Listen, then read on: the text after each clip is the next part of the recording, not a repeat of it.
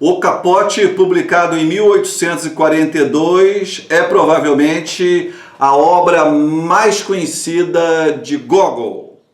Mas para nos deixarmos levar pela escrita sedutora desse ucraniano russo, sim, ucraniano russo, porque Gogol nasceu na Ucrânia, mas a Ucrânia nessa época pertencia à Rússia. Portanto, até hoje há uma briga entre a Ucrânia e a Rússia pela nacionalidade de Gogol. Mas para nos deixarmos levar pela escrita sedutora de Gogol, nós temos que falar um pouquinho sobre a Rússia do século XIX. A Rússia do século XIX era comandada por uma monarquia cujo centro do poder estava em São Petersburgo, local onde vai transcorrer a nossa história. A Rússia era um país monárquico, feudal porque ainda estava assentada sobre o regime da servidão. E o que é a servidão? A servidão é uma escravidão. A servidão era uma escravidão. Os servos podiam ser trocados, podiam ser vendidos, famílias inteiras, né? 80% da população da Rússia, o maior país do mundo, era composta de servos, né? A servidão só vai ser abolida 20 anos depois do lançamento de O Capote. Só vai ser abolida em 1862 pelo czar Alexandre II. Portanto, a Rússia era um país monárquico, feudal, era um país ineficiente e extremamente autoritário e um país altamente burocratizado. A burocracia estatal da Rússia era comandada por uma burocracia militar e civil, que era nominada por nomes semelhantes. Por exemplo, existia o general civil e o general militar, o major civil e o major militar. 14 níveis da burocracia russa, né? O nosso personagem de O Capote, o Akakievitch, ele pertencia ao 9º nível. Ganhava muito mal, recebia muito pouco, o suficiente para sobreviver. Fico imaginando quanto que ganhava o 14º dessa pirâmide, né? desse estamento. Quanto que ganhava o último funcionário dessa burocracia, né? Eram 14, né? E o nosso Akaki ocupava a 9ª posição. Bom, então a Rússia era esse país atrasado, era um país que parecia destoante, né? A Rússia oscilava, na verdade, entre aderir à cultura eslava e a cultura europeia. Então havia ali uma indecisão. Ela não sabia se ela se harmonizava com os povos eslavos, que parecia tão claro que sim, não é? Ou com os povos europeus. Ela copiava, ela macaqueava os povos europeus. Ela copiava quase tudo da Europa. Mas ela estava destoando muito porque ali ainda não havia tido a Revolução Industrial, era um país onde havia escravidão, a tal da servidão. Então era um país que estava destoando muito da Europa, né? Bom, uma outra coisa que nós temos que falar também é da questão do frio na Rússia. Porque a gente fica assim, o Capote, esse conto todo é sobre o Capote, é o drama porque o cara perdeu um capote. Mas o capote não é tão importante assim, não. Um capote no século XIX na Rússia era muito importante. O capote na Rússia do século XIX era algo fundamental, né? O capote era um frio desgraçado, né? A Rússia, o inverno russo é um inverno terrível, então você precisa ter um bom capote. E não tem bom capote vendendo nas lojas. O capote era feito artesanalmente, era um alfaiate que fazia, não havia fábricas para fazer capote. A Rússia não havia ainda vivido a sua revolução industrial. Então, ter um bom capote era muito caro. O capote servia para proteger do frio, claro, mas o capote também era um sinal de distinção, de status, de projeção social. Um sujeito com um bom capote, ele se impunha, né? As pessoas o tratavam com respeito, né? As pessoas o tratavam com reconhecimento. Então, ter um bom capote era algo que estava no mais além de proteger somente do frio. É sobre esse capote tão valioso assim que nós estamos falando. Não podemos imaginar o capote como hoje nós imaginamos o capote hoje no século XXI. Nós estamos falando da importância do capote, né, no século XIX, lá na Rússia, onde o frio é violento, Nós podemos dividir a história do capote em 4 fases. A primeira fase é a fase em que o Akaki Akakievitch vivia com seu capotinho velho, surrado, remendado, todo estropiado. Ele era motivo de brincadeiras lá no escritório, todo mundo ficava fazendo bullying com ele lá. Bom, mas ele vivia com seu capote. A segunda fase é quando ele então faz o capote novo, né? E ele então se transforma no outro homem, né? Se sente mais encontrado, ele se sente mais firme, ele se sente mais pleno, né? Depois tem uma terceira fase de sofrimento, curta também. A fase da felicidade, quando ele compra o capote, é curta. E quando rouba o capote deles, é uma fase curta também, mas extremamente infeliz. Porque ele rouba o capote e ele rouba também a sua distinção, a sua projeção social. E vamos ter a quarta fase, que é a fase que vai se desenvolver no pós-mortem, que é quando o fantasma do Akaki retorna, bradando por justiça, por vingança e tal. Vamos falar sobre cada uma dessas fases. Quem era Akaki Akakievitch? O Gogol já faz uma brincadeira com o nome do Akaki. Akaki Akakievitch. Você está como que gaguejando. O Akaki, quando ia falar com uma pessoa, ele gaguejava, ele era medroso, ele era inseguro, né? Então, o nome do Akaki é uma repetição, né? É um gaguejar, né? E o nome do Akaki, além de ser um gaguejar, é uma repetição, né? Akaki, Akakievitch. Ele repete o nome do pai no nome. Todo homem russo, o segundo nome do homem russo, leva o nome do pai. Então, Akaki Akakievitch quer dizer que Akaki é filho de Akaki. O Akakievitch quer dizer filho de Akaki. Então, Akaki, filho de Akaki. Ele copia o nome do pai, né? Ele repete o seu nome, Akaki Akakievitch, né? Então, uma repetição mostrando que o trabalho do Akaki, qual era o trabalho do Akaki? Copiador.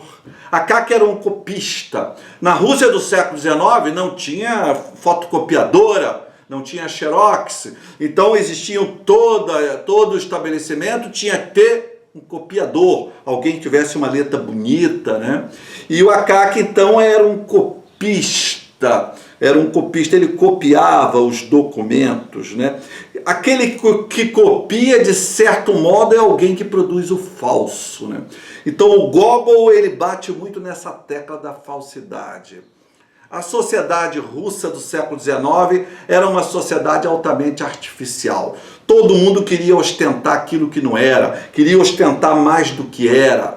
O funcionário do 9º nível copiava do 10º, do 11º, do 12º nível, queria ostentar aquilo que não era. Então o Akaki, ele é um copiador, né? Ele é alguém que faz uma cópia. Então o Gogol está sempre batendo nessa tecla da cópia.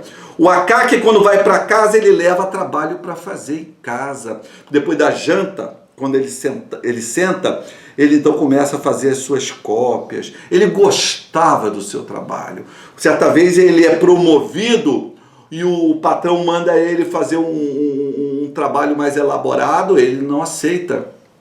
Porque nesse trabalho ele tem que tomar decisões, e tomando decisões ele vai contrariar alguém, né? Ele vai ter que fazer escolhas, e ele pede para retornar ao cargo de copista. Mas ele adora fazer, o patrão o promove porque vê o seu envolvimento com o trabalho que os outros não tinham, né? Então o Akaki, ele é um excelente funcionário público, porque ele, além de exercer a sua atividade com o máximo de eficiência, ele exerce com prazer. Então nós podemos dizer que o Akaki é até um funcionário público fake, porque é difícil um funcionário público que goste tanto de trabalhar assim e sinta tanta felicidade assim em trabalhar. Então é uma brincadeira que o Gogol faz lá também com esse comportamento do Akaki. Então o Akaki é aquele funcionário público exemplar que adora fazer o trabalho dele, portanto um funcionário fake. Ele é fake no nome, ele é fake no trabalho, ele é fake naquilo que ele faz.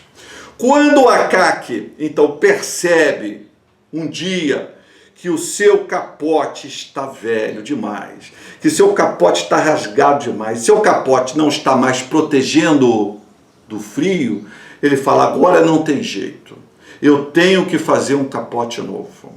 E o Akaki era alguém que ninguém dava bola para ele, né? Na repartição que ele trabalhava, os funcionários faziam brincadeiras pesadas com ele o tempo inteiro, né? Isso que a gente chama hoje de bullying, né? Brincava com ele com brincadeiras pesadas, e ele deixava. Só quando a coisa ficava muito, muito exagerada é que ele reclamava. Quando ele andava pela rua, o pessoal jogava casca de melancia, casca de melão em cima dele, né? Era como se ele não existisse. É como se ele em vida já fosse um fantasma, que ninguém via, né? Ninguém dava bola por ele, né? Todo mundo ignorava, né? E esse Akaki que agora vai querer fazer um capote novo, mas custa muito caro um capote novo. Então ele vai procurar um alfaiate, não tem fábrica de capote, vai procurar um alfaiate. O alfaiate fala o preço, ele quase cai duro ali com o preço, ele não tem aquela grana, né? Ele tem umas economias de toda uma vida, né?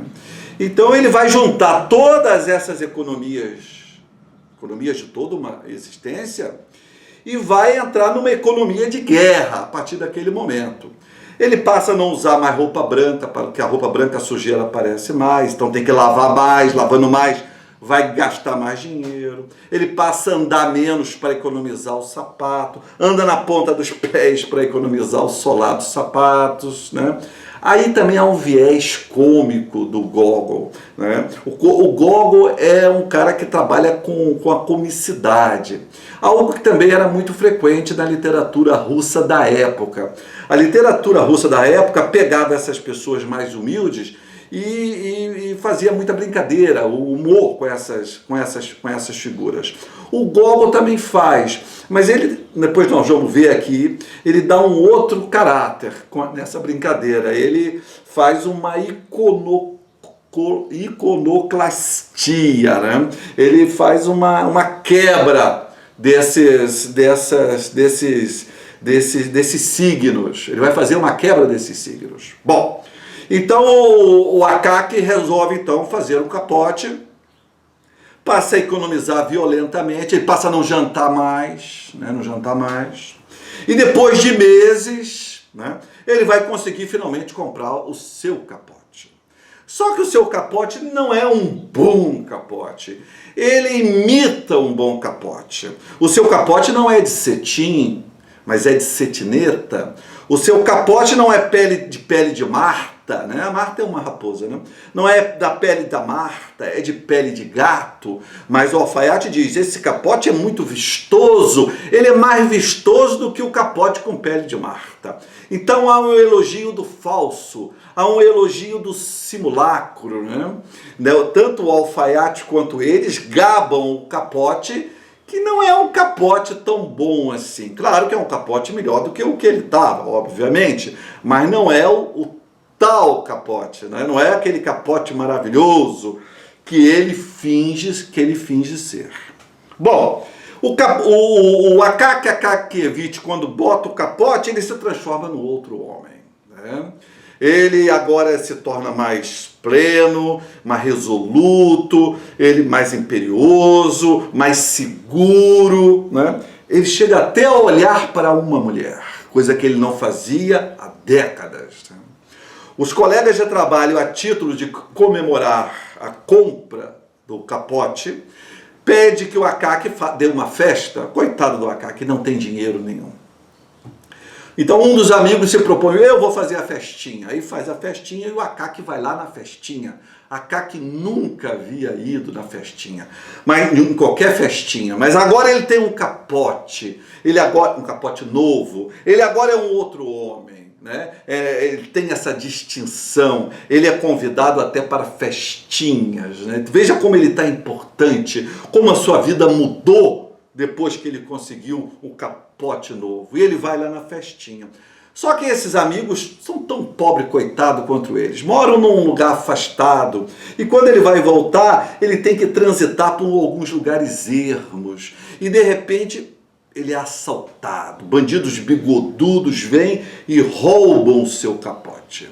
Aí então nós vamos entrar na terceira fase. É a fase de um extremo sofrimento. O Akaki, para economizar o capote, ele fica sem comer. Então ele fica fraco, ele fica desnutrido, ele fica anemiado. Vai pegar um frio desgraçado porque vai ficar sem o capote. Ele tem que caminhar até a sua miserável pensão. Então ele vai ficar doente. E doente vai ter febre, vai alucinar, vai ter delírio, né?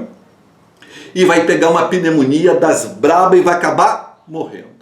Aí nós vamos entrar na quarta fase, é a fase do fantasma. Uma fase muito interessante. Porque quando o Akaki retorna, o fantasma do Akaki que retorna é um outro fantasma. O fantasma do Akaki em vida era passivo, era mole, era gaguejante, obedecia às leis, aguentava a zoeira de todo mundo, aguentava a indiferença, aguentava o anonimato. Mas o fantasma que retorna, esse fantasma é corajoso, é brabo, é violento. Esse fantasma não aceita ser mais um na estrutura, na engrenagem da sociedade feudal, da sociedade burocrática, da sociedade monárquica, da sociedade ineficaz, da sociedade injusta da Rússia do século XIX. O fantasma não aceita isso. E o fantasma quer o capote dele de volta, porque aquele capote foi merecido, ele economizou a vida inteira, ele passou fome para conseguir ter aquele capote, ele quer o capote de volta. E qual é o capote que ele vai pegar? Ele vai pegar o capote do figurão. Quando o Akaki tem o seu capote roubado, um dos colegas de trabalho, um dos poucos colegas de trabalho, fica com pena dele e fala, procura fulano de tal, que fulano de tal é um bom pistolão. Fulano de tal vai interceder com você lá na polícia, para a polícia encontrar o seu capote. E ele vai. E vai lá conversar com o figurão. O figurão, quando vê ele com aquele capote esmirrado, todo deteriorado, não dá bola para ele, humilha ele, bota ele para correr, escorraça com ele, e aquilo acaba com ele. Ele que já está totalmente melancólico, solitário, se sentindo o pior das pessoas porque perdeu o seu investimento maior, uma vez que ele não tem bens móveis, não tem roupa, ele é um sujeito que vivia mal, comia mal, dormia mal, ele não tem nada, a única coisa que ele tinha era o capote e perdeu. Esse sujeito bota ele para correr, e é desse sujeito que ele vai buscar o capote. Esse sujeito está vindo Está vindo não, ele está indo para se encontrar com uma amante que ele tem do outro lado da cidade, numa carruagem, todo pomposo ali dentro, e o Akaki invade aquela carruagem, quer pegar o capote dele e pega o capote dele, rouba o capote dele, desse sujeito que o escorraçou. Então aí nós temos que o Gogol vai utilizar o outro mundo como uma presença da justiça, né? O fantasma de Akaki é alguém que vem exigir vingança, reparação, que vem sobretudo exigir justiça. Aquele figurão que o humilhou, que o expulsou, como se ele fosse uma mosca repelente, né? Uma mosca repulsiva. Esse sujeito agora vai pagar o que fez, ele vai pagar perdendo o seu capote. Então, esse fantasma, esse duplo do Akaki, né? O fantasma é um duplo do Akaki que volta de um duplo desse mundo. O outro mundo é um duplo desse mundo. E o fantasma de Akaki que de lá retorna é um duplo do Akaki. O outro mundo e o fantasma são alegorias que aproximam os dois mundos. O mundo de lá com o mundo de cá. Aproxima os dois mundos, entrelaça os dois mundos, vem trazer a justiça nessa terra aonde a justiça está ausente, vem trazer o equilíbrio, né? Então, a presença do outro mundo como um fator equilibrador do mundo em que se vive, do mundo do aqui e agora. O fantasma do Akaki é um fantasma totalmente diferente do que o Akaki era em vida. Ele não respeita os níveis que a sociedade russa está estabelecida. Ele não aceita passivamente que lhe diga o que possa fazer. Ele é violento, ele é corajoso, ele é agressivo, ele quer que a justiça seja feita. Esse fantasma é um fantasma que vem aproximar os dois mundos, é um fantasma que vem equilibrar os dois mundos. Gogol, em O Capote, expõe a realidade e o imaginário russo do século XIX.